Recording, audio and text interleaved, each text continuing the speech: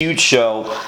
Double or Nothing is May 25th on a Saturday in Las Vegas, MGM Garden Arena, the MGM Grand Garden Arena, and there's going to be 11,000, 12,000 strong. It's sold out very quickly.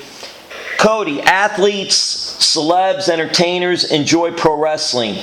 What are your thoughts of Jacksonville Jaguar football players and Arrow Stephen Amell getting involved in AEW angles? We'll probably be real careful about cross-pollination like that, because we want to put on a really a sports-centric pro wrestling show. So we don't want to just take the third-party hype and then not honor the wrestling side of what we're doing. However, as you've seen with Steven, he doesn't apply in that case at all. He comes in full-blown ready. The guy's had 3 matches, and he's a legit wrestler. It blew my mind, his match in Chicago. Just DDP stood next to me and asked who this kid was. Didn't even realize he was, a CW television star and not a pro wrestler coming from a wrestling school. But I think the idea of bringing in some of the, pro football has always done well with pro wrestling. So there's definitely room for it somewhere when you do it right.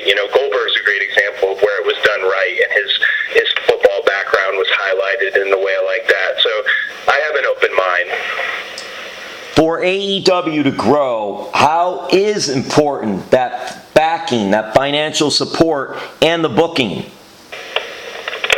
Well, I think everybody now today wants to talk about the business of the business, and they don't talk about the promotional materials and the thing you're leading with. They just want to know about, who's booking it and what's the creative and all this. And I think I want to be judged on our product.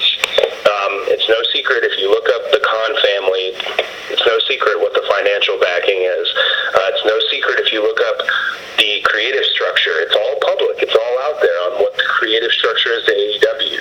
But I'd like you to look at our show and look at May 25th. Look at Double or Nothing, and that be the thing you take away. Was that good? Was that great? Or do we need to improve? And that's the thing I want people to be talking about. I know that I'm excited to be part of the creative team, beyond excited, but I also am getting paid very well to be a professional wrestler still, and I have to make sure I honor that, and I can't lean into criticisms of the business of the business side. I've got to honor that in the right way. So I think people looking at Double or Nothing will have a really clear idea of what AEW is, what our mission is, and what our vision is.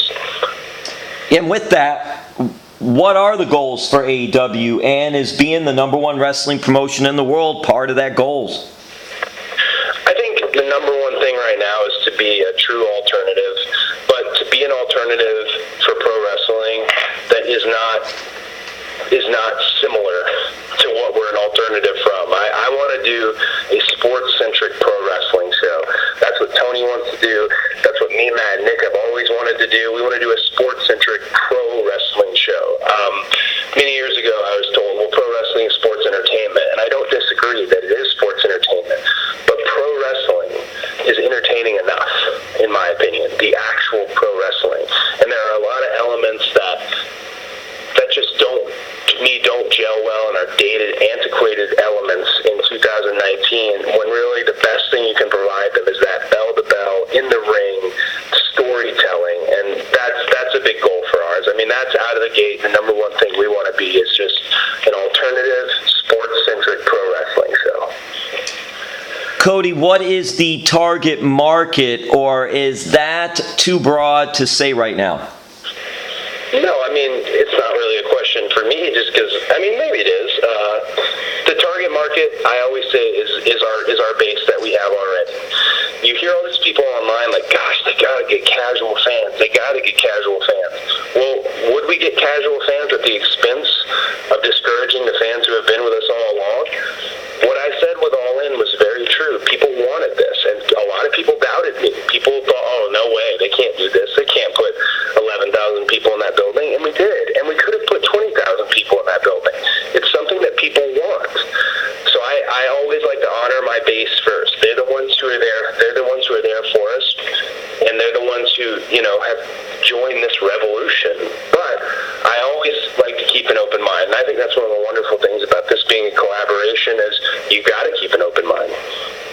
You say you're the pessimistic person of the group, so I'm curious. 11,000, 12,000, 15,000, you even mentioned 20,000. How do you know where to cap that off? Is that hard to say? And how do you know how many events to put on during the year? Is it just going to be a trial by basis? Well, I mean, you have a lot of experience. It's strange that maybe people don't realize there's a ton of experience. You have Kenny's experience with New Japan Pro Wrestling, Matt and Nick's experience with brand building, my experience with WWE, my entire life wrestling experience, Tony's experience with professional sports. I think we're going to lay out a pretty slow and steady plan. We're not going to try to expand too quickly. But as you've seen with Double or Nothing, the fact of the matter is you can spin this story any way you want, and good thing people haven't had to spin this story. But we just didn't have enough tickets. We didn't have enough space, and that's something we have to look at. When we look at what's the next event, and we have to look at that when we get into a more of a regular schedule. But I think trial by basis or trial by fire really isn't